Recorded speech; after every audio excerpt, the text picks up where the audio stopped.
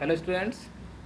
आज के टॉपिक में हम लोग डिस्कशन करेंगे कास्ट एंड कॉलोनियलिज्म, जाति व्यवस्था और उपनिवेशवाद। आपको पता है कि इंडिया में कास्टिज़्म और कास्ट सिस्टम जिस तरीके से इतना कॉम्प्लेक्स है और इतना ब्रॉड है, उसको लेकर के हम लोग पहले भी डिस्कशन कर चुके हैं। कास्टिज़्म के फीचर्स भी देख चुके हैं। अभी हम लोग जिस नए टॉपिक पर बात करने जा रहे हैं, आप एनसीईआरटी बुक को भी रीडिंग करते रहिए। उसमें जो टॉपिक दिया है कास्ट एंड कॉलोनियलिज्म, इसमें ये देखेंगे कि जो इंडिया में कॉलोनियल पीरियड था, ब्रिटिश कॉलोनीज़ का टाइम था। आप जब यहाँ पर ब्रिटिशर्स का रूल था, ब्रिटिश इंडिया की हम लोग बात कर रहे हैं, अंग्रेज़ों के शासन के समय, उस समय कास्टिज़्म का सिस्टम और ये उसका जो उस टाइम का रेगुलेशन था और उसके इफ़ेक्ट्स थे, वो किस टाइप से थे, और उसमें ब्रिटिशर्स ने क्या कुछ नया इंट्रोड्यूस किया, कौन सा स्टेप्स उठाए, उन चीज़ों को हम लोग इसमें देखेंगे, स्टडी करेंगे।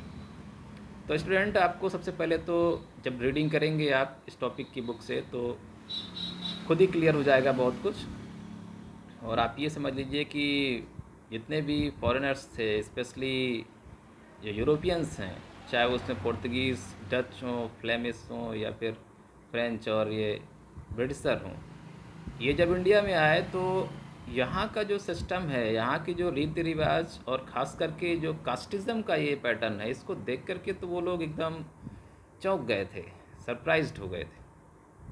अभी जैसे आज ही की बात ले लीजिए, मॉडर्न टाइम पीरियड में आप दुनिया के किसी अदर कंट्री में जाएंगे, चाहे जापान जाइए, चाइना या यूएसए या इंग्लैंड, तो वहाँ पर कुछ ना कुछ चीज़ें आपको ऐसी दिखेंगी जिनको देख करके आप एकदम से चौंक जाएंगे, सरप्राइज्ड हो जाएंगे, कह रहे यहाँ तो ऐसा होता है, हमारे यहाँ तो ये बिल्कुल नहीं होता है, ये तो बिल्कुल नई चीज़ दिख रही।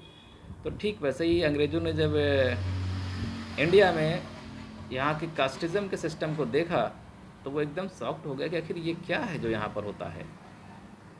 फिर उन्होंने इसको जानने की, समझने की कोशिश की। तो आप देख सकते हैं, हम लोग यहाँ पर रहते हुए जब जातियों की संख्या, उनका कैटेगराइजेशन, फिर सब कैटेगराइजेशन जब जानने की कोशिश करते हैं, तो कितनी मुश्किल हो जाती है। दिमाग काम करना बंद कर देता है कि आखिर जाति व्यवस्था कहाँ तक और कितनी व्यापक है। तो अंग्रेज़ तो निश्चित तौर पर इसमें सरप्राइज्ड हो गए होंगे, शॉक्ड हो गए। दूसरा, जो जाति व्यवस्था में ही अनटचेबिलिटी थी उस समय, छुआछूत की भावना। हिंदू धर्म में, खास करके हिंदू जातियों में, जो ऊपर की अपर कास्ट की कुछ ऐसी कैटेगरीज़ हैं जो हिंदुओं में ही लोअर कास्ट की, कुछ लोअर कैटेगरीज़ के लोगों को अछूत मानते थे। भारत में कुछ बड़ी जातियां जो अपने आप को कुछ मामलों में सामाजिक, आर्थिक और राजनीतिक आधार पर वो अपने आप को बड़ा समझते थे, महान समझते थे, और इन्हीं आधारों पर जिन जातियों को उन्होंने अपने से कमतर समझा, उनके साथ में वो थोड़ा सा डिस्क्रिमिनेटरी व्यवहार, आप कह सकते हैं कि भेदभावपूर्ण व्यवहार करते थे, और विशेष करके उनको अछूत मानते थे। तो भारत की उन तमाम जातियों को, जिनको बड़ी जातियों के द्वारा अछूत माना गया, और उनको छू जाने पर तमाम वो जिस तरीके के कर्मकांड करते थे, छूने के तुरंत बाद नहाना, कपड़े उतार के फेंक देना या आग लगा देना, इस ऐसी बहुत सारे कस्टम्स थे। इनके बारे में बाद में हम लोग डिस्कस करेंगे। लेकिन ये छुआछूत की भावना है, इसको जब ब्रिटिशर्स ने देखा, तो वो और ज़्यादा सरप्राइज्ड हुए कि ये कौन सा नया सिस्टम और नई चीज़ है। इसको तो, क्योंकि उन्होंने कभी यूरोप में देखा नहीं था, तो इन सबको वो लोग सरप्राइज्ड हुए, और जानने के लिए कुछ ब्रिटिश ऑफिसर्स ने इस पर एक्शन भी लिए। कुछ इनका सॉल्यूशन भी चाहते थे कि ये चीज़ें समाप्त हो जाए, छुआछूत समाप्त हो जाए, या ये जाति व्यवस्था जो है थोड़ा सा नॉर्मलाइज हो जाए, तो जातियाँ आपस में मिल के रहने लगें।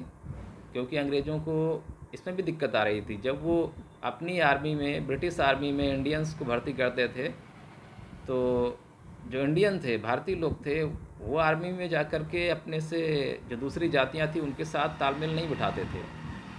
ब्राह्मण क्षत्रिय जाति के जो सेना के जवान होते थे उस समय ब्रिटिश आर्मी में, वो दूसरी भारत की जो अछूत जातियां हैं उनके जवानों से दूरी बना कर रखते थे, उनके साथ खान पान शेयर नहीं करते थे। तो ऐसे में ब्रिटिशर्स के लिए ये बहुत मुश्किल हो रही थी कि सबके लिए अलग अलग रेजिमेंट बनाए जाएँ और उनको अलग अलग रखा जाए। वो कॉपरेट ही नहीं कर रहे थे किसी मामले में, और तमाम जगह पर तो विद्रोह भी हो जाता था, लड़ाइयाँ भी हो जाती थी। तो इसलिए उन्होंने सोचा कि भारत की जाति व्यवस्था को समझना पड़ेगा और उसके बाद ही इनका समाधान निकलेगा। इसी कॉन्सेप्ट को लेकर के ही उन्होंने फिर क्या किया, इंडिया में सेंसस ऑर्गेनाइज़ किया, जनगणना का प्रारंभ किया, जिससे पता चल सके कि किन जातियों के लोग कितने हैं, किस संख्या में हैं और कौन कौन सी जातियां हैं। और इसी से ये भी उनको पता चला कि यहाँ जाति के आधार पर ही कार्यों का भी कुछ बंटवारा है, कुछ जाति विशेष के लोग कुछ विशेष कार्यों को ही करते हैं, दूसरे कार्य नहीं करते हैं, या कुछ जाति विशेष के लोगों को ही कुछ कार्य करने का अधिकार है। तो इसके लिए भी उन्होंने जनगणना कराई, सेंसस कराया और जानकारी इकट्ठी की। इसके बाद में कुछ कदम और उन्होंने उठाए कि जो भी स्कॉलर्स थे उनमें से उन लोगों ने भारतीय संस्कृति, साहित्य, रीति रिवाज, धर्म के विषय में जानकारी इकट्ठी करना और उसके ऊपर रिसर्च करना शुरू कर दिया, लिखना शुरू कर दिया। इसके बाद में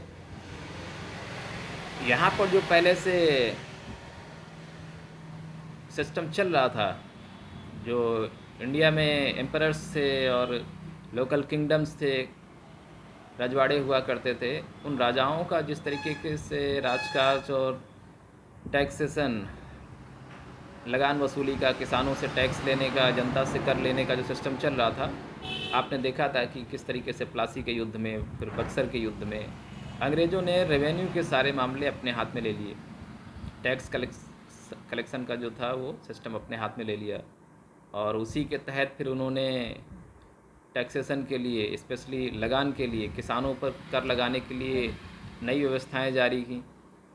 उन व्यवस्थाओं को आपने नाम सुना होगा। जमींदारी ये पश्चिम बंगाल, बिहार के क्षेत्र में स्टार्ट की गई थी। महलवाड़ी ये उत्तर प्रदेश और ये जो उत्तर पश्चिम क्षेत्र है भारत का, यहाँ पर स्टार्ट हुई थी महलवाड़ी व्यवस्था। रैयतवाड़ी ये दक्षिण भारत का है। ये सब लगान वसूलने के ही कुछ सिस्टम थे किसानों पर टैक्स लगाने के लिए। इन व्यवस्थाओं को भी अंग्रेज़ों ने शुरू किया और इन सभी सिस्टम के द्वारा उन लोगों ने कास्टिज़म पर कुछ हद तक कंट्रोल करने की कोशिश की और जो कास्ट सिस्टम है उसको पटरी पर लाने की कोशिश की। उसी टाइम पीरियड में कुछ इंडिया में सोशल रिफॉर्मर भी हुए, जिन पर हम लोग बात करेंगे।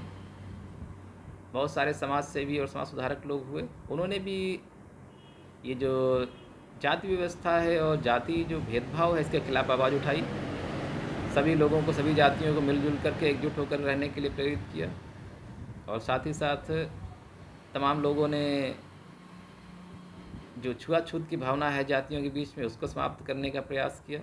आपने ऐसे बहुत सारे महापुरुषों के नाम और ऐसे लीडर्स के नाम, सोशल रिफॉर्मर्स के नाम सुने होंगे उस ब्रिटिश इंडिया के टाइम पीरियड में, तो उन पर भी हम लोग बातचीत करेंगे। और तो ये एक अभी मैंने जो आपको दिया एक व्यू, इसमें आपने देखा कि ब्रिटिश इंडिया के टाइम में कास्टिज़म अपना कुछ ना कुछ रोल प्ले कर रहा था और इसके नेगेटिव इम्पैक्ट ही ज़्यादा थे जो भी देखने में आते हैं।